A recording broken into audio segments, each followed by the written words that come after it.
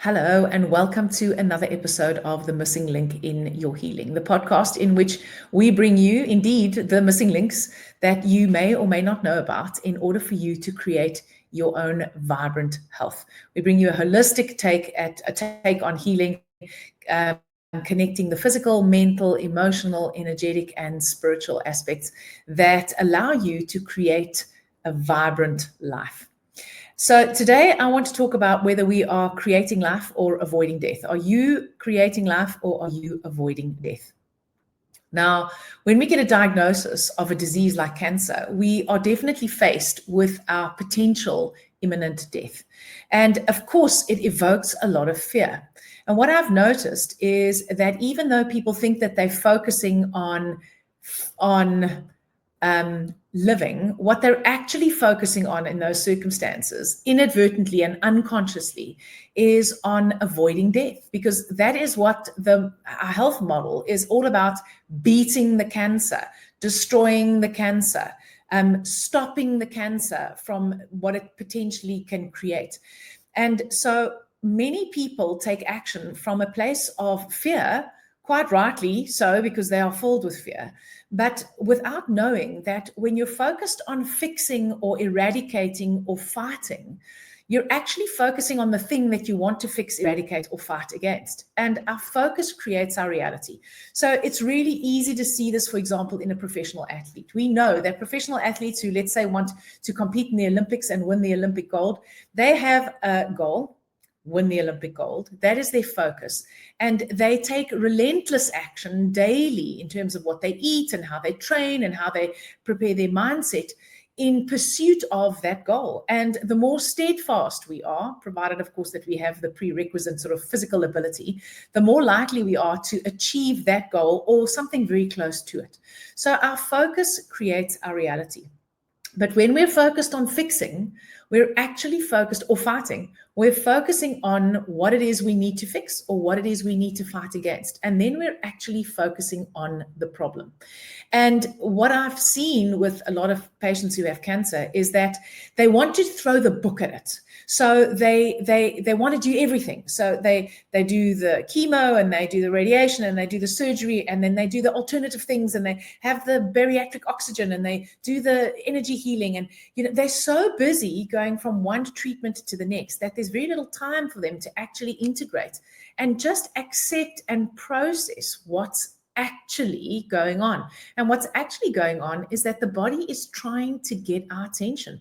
The being is trying to get our attention through the body. So what do we do then? I mean, how does this work? Well, okay, so firstly, the good news is you only need to focus on what you'd love to create 51% of the time. The other 49% of the time, your focus can be stuck in your fear, because it's impossible for you to eradicate your fear completely. It would be abnormal not to be frightened. But what I've noticed is that a lot of people are more frightened of the consequences of the illness, which is not necessarily the death, but when it comes to cancer, it's the suffering that they may have to go through, the pain and the suffering that they and their loved ones have to go through, the loss of dignity that they potentially have to go through before they actually die. And so they then take action from this place of, I don't want that bad thing to happen to me. And so they're taking action from that place of fear, with the focus unconsciously actually still being on the disease, because nobody consciously is focusing on, well, I'm doing everything I can, but the truth is I actually want to keep the disease. Now, I only bring cancer up because cancer very often has as its prognosis a potential death, right? And so it's really in our faces. But this applies to all areas of our lives. So those of you who've watched the earlier podcasts, you know that in the first 3 to 7 years of our lives, in the first 3 years of our lives, our ego is fully developed. And that is our knowledge of who we are, what we believe to be true about ourselves, what we believe to be true about our others, and what we believe to be true about the world and how the world works. And that's in place by the time that we're 3. And by the time that we are 7, essentially, our worldview is almost completely formed. And part of that is the beliefs that we have about ourselves. And those beliefs arise when we don't get our needs met or when we experience trauma, which is a more severe form of not getting our needs met. And so we all have these limiting beliefs. I'm not good enough. I'm not perfect. I need to be perfect. I need to control everything. I'm not unworthy. There are a number of those. And so inadvertently, because our ego develops in order to help us navigate our way through the world, it's essential that we have this map of reality so that we can navigate our way through the world. And because our ego helps us to survive, its focus is survival. When we are faced with something that's threatening our survival, whether this is our physical survival or whether this is the survival of an idea we have about ourselves, or whether this is the survival of a belief that we've held for a long time, whenever we're faced with the potential death of any aspect of ourselves, our ego rallies to try and do everything that it can for us to actually survive. So in response to these beliefs that we develop, these unmet needs and these traumas, we develop coping strategies. And our coping strategies lead to our personality traits. And that leads us to this idea, this egoic picture of who we are. But we have a part of ourselves which is not limited by this picture. It's not limited by this filter of reality. It's limitless. It's our limitless potential. It's that part of us that enables us to overcome extreme obstacles. It's that part of us, we love those rags to riches stories, right? We love the stories of the hero who had to overcome so many challenges in order to actually step into their power and come out on the other side. That part of us is the part that is associated with creation. It's associated with what it is we would love to create and express in this world. But by default, our focus is on survival, because without survival, we're not expressing any part of our divinity, right? I mean, that's what we're here. We're here first and foremost to survive. But once our survival needs are met, then we're capable of focusing on what would we love to express. My coach, Ellen, says, her words are, what is your spirit longing to express through you in this lifetime? And that part of us, our limitless spirit, is part of that part of us that is eternal. It isn't frightened of death because death doesn't mean the end to it. And so that's the part that we tap into when we really connect to our why. What is it that we'd love to create in the world? What is it that we are longing to bring to fruition? What is it that we don't want to die, leaving that inside us? What is it that we are being driven to create? And sometimes the drive to create that which we love can be quite painful because it's outside of our comfort zone, because it's scary for us. And so we have this push and pull between survival and creating, surviving and existing, and not just surviving, but thriving and creating. And so when we are focusing on survival, we are unconsciously focusing on the thing that is compromising our survival. In the case of disease or cancer, we're unconsciously focusing on that. And because we are operating from fear, we're activating our sympathetic nervous system, we're dysregulating our nervous system, and we're compromising our immune system. Now, we've done episodes on all of that. This is just a quick recap. So when we want to know where our focus is, we can do a check-in to see where our focus actually is. And the check-in is and we can all do this if you want to, just don't close your eyes if you're driving a car or operating machinery, but just for a second, think of a situation that you felt incredibly stressed by. You felt like your very existence was at stake. You might have got a diagnosis of a disease, or you may have gotten really bad news, or you might have been really scared for a family member. But you have that, you can connect to that sense, that visceral fear, that just wanting to fix it so that it could just go away as quickly as possible. Now, when a situation feels like that, your focus is on your egoic reality. Your focus is on what you want to avoid. You don't want it to be this way. You are avoiding the potential danger and or death. Now, for a second, if you can, close your eyes and just take a deep breath. And I want you to think of the happiest memory of your life. And as you immerse yourself in that moment of extreme happiness, the happiest happiest memory of your life? What does that feel like? So it's likely that it's going to feel like it makes you want to smile. It's going to feel like joy. It's going to feel like expansion. It's going to feel like creativity. It's going to feel like something that you wish could last forever. That is what it feels like when we're focused on what we love. And so when we find ourselves in any kind of situation, if we can just take that pause, step back and go, what does this feel like? Does this feel like I'm trying to avoid danger and death? Or does this feel like I'm creating life? Now, if it feels like you're trying to avoid danger and death, it's important that you face the truth of that, because this is not about avoiding negativity. This is not about avoiding your fear. This is about recognizing that it's there, recognizing that this is a possibility. If you get a diagnosis of cancer, there is a possibility that you're going to die. It's recognizing, what do you think about that? What do you feel about that? What does it bring up for you? What comes up for you? What is it that you're frightened of? It's really useful to take note of that. In fact, write it down if you can. And then once you have faced that this is the reality, then you might ask yourself, okay, now what's a possible alternative to that? What is it that I would love to create? What is my why for being alive? And that why might be so that you can see your grandchildren grow up. That why might be so that you can bring your gifts to the world. That why might be so that you can experience life fully. That why might be so that you can learn to be brave and step into your mission and purpose, whatever that might be for you, right? It doesn't matter. Your why might be to travel. Your why might be to learn a new language. It doesn't have to be huge. It just has to be big enough to inspire you to want to create that. And so when you connect to that, what you're doing is you're shifting your focus.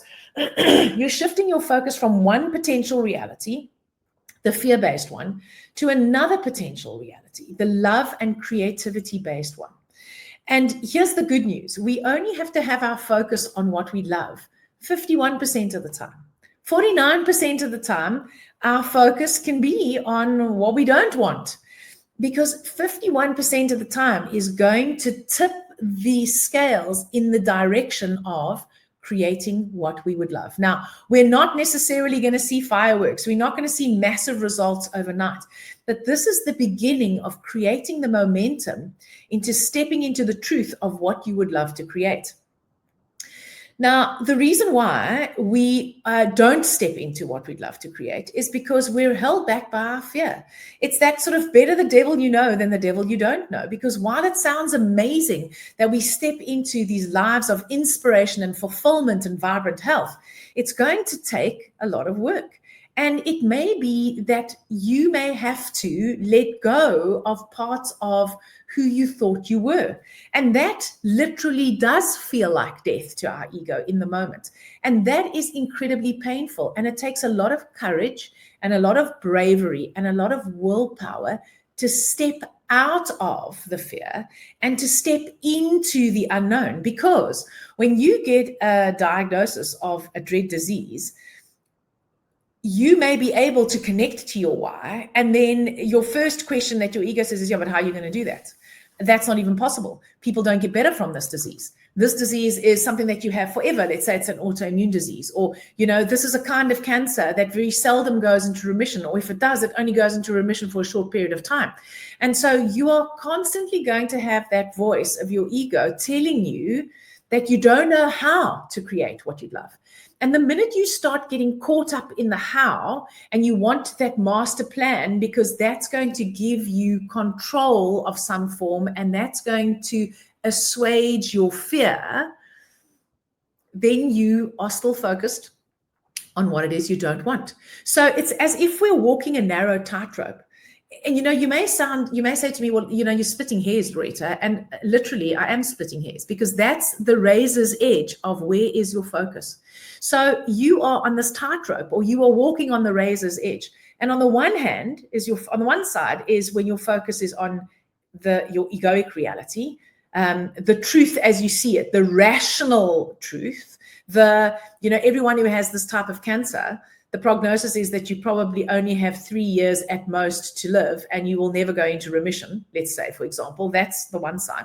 And on the other side is this life that you would love to create, the life that you want to express in whichever form that takes.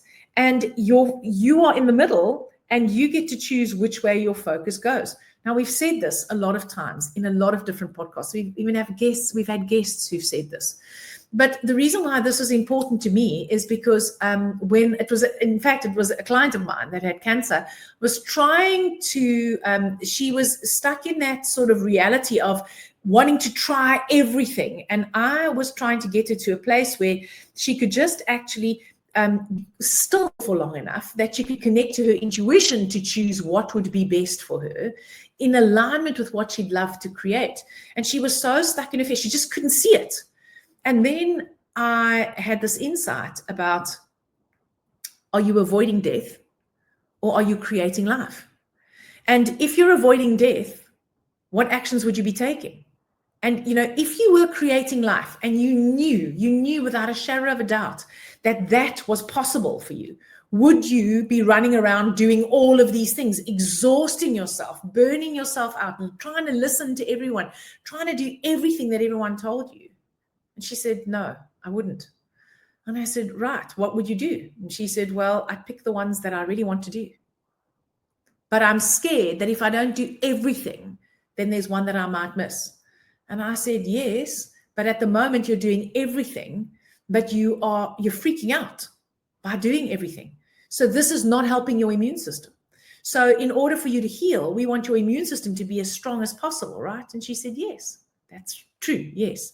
And I went, in order for that to happen, we've got to get you out of flight and fight mode. We've got to get you out of this state of high anxiety and hypervigilance.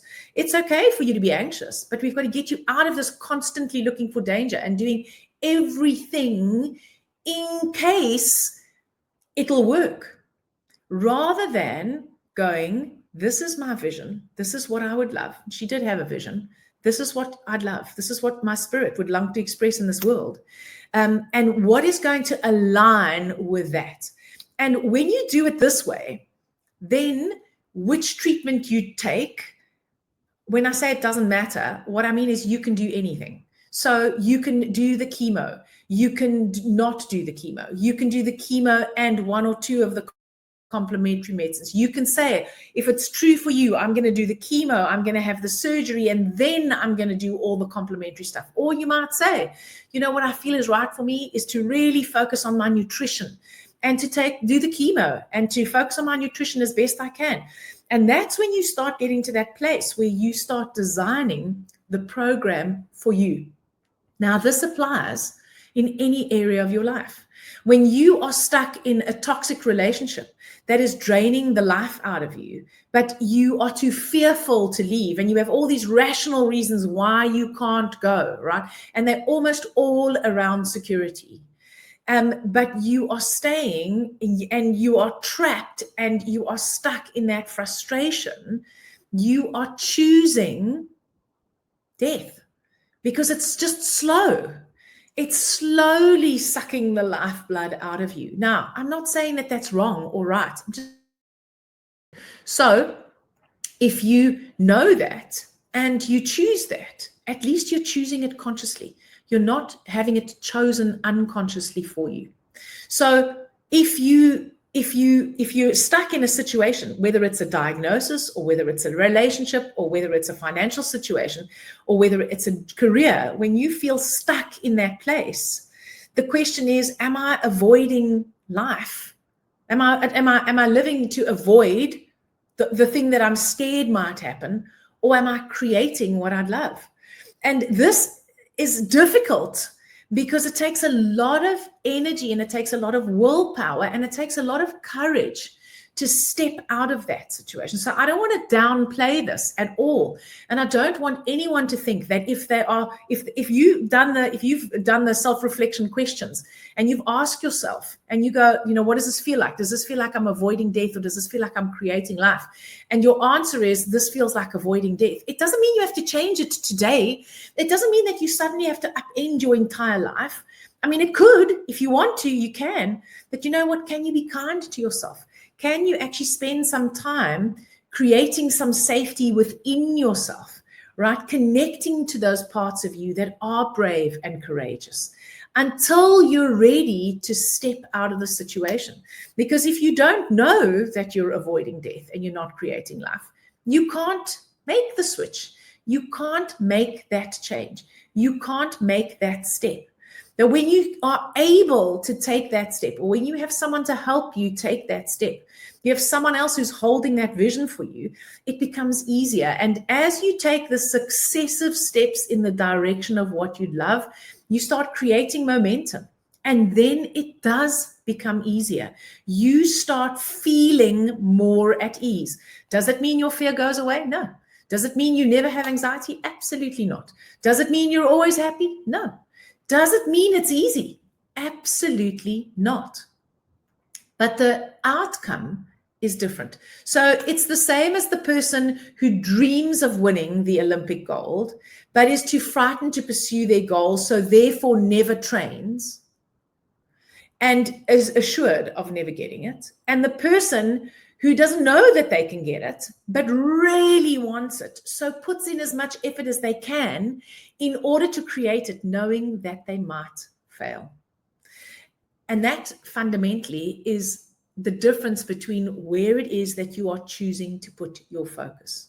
So remember this: when you are feeling stuck, when you are feeling trapped, when you are feeling super fearful, and you're taking a lot of action, and the action isn't giving you the results that you want, just if you can just take a moment and ask yourself, what does this feel like? This feels like fear and struggle and difficulty and trappedness. Yes, okay. Does this feel like you are staying in this situation in order to stay safe, because this is the better the devil you know situation? In other words, in my example, doing all the therapies, all the treatments, because if you don't, you're scared you might be getting it wrong. Or are you doing this difficult thing that might be actually making you fearful? And it might feel like a struggle because it's in service of creating what you'd love. Because when you answer that question, you will know where you have your focus. And once you know that, then you can apply your will to shift your focus. And if you are unable to do it on your own, you can ask someone to help you. You can ask a friend, you can ask a counselor, you can ask a therapist, you can ask a coach. You can ask someone to help you, but at least you know what you're asking for. So when we are stuck in this focus in our fear, when we're avoiding death, when we're doing all the things so that we can mitigate the suffering, in my cancer example, or when we are doing the thing because this is the thing that we know is helping us create what we love, giving us life rather than avoiding death, that's when we start connecting more with what we love. And the more we do that, the more we access the creativity within ourselves. And the more we access our wise intuition, yes, it can be wide as well, our wide and wise intuition, to show us what is true for us, what is true for our next step. And when we take that next step, we start creating momentum. So you are going to go, of course. You are going to get stuck in your egoic reality, and sometimes for days and sometimes for weeks. It doesn't matter. It doesn't matter. It's about, can you recognize where you are, and can you decide whether for now you don't have the resource to do anything other than have the awareness and be here, or do you have the resource to actually choose something different for yourself? So are you choosing life or are you choosing death? I'm going to give you an example that's completely unrelated to illness. So I'm going to use money as an example because I've noticed this with myself. So sometimes when I'm anxious about money, I will be much more careful, obviously, about what I spend. But I won't only be careful about what I would call frivolous spending. I will be careful about what I call essential spending. So I might go to the grocery store to buy food, and I always buy the best quality food that I can because I have a high value on health. And I may think to myself, oh no, I can't buy X, Y, and Z because, how much is it going to cost? So, like, what am I doing? Am I creating health and abundance and prosperity, or am I avoiding running out of money? Well, I'm avoiding running out of money in that instance. That, if I go, okay, well, I'm going to spend this money on this food because it's in service of me creating my optimal health.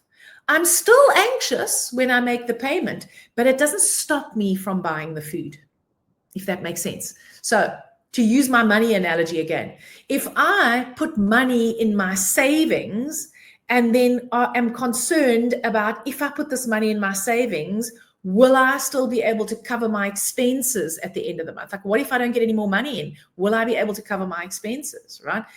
Will I be able to cover my expenses is my fear. But putting the money into my savings, because that is my way of creating my financial prosperity.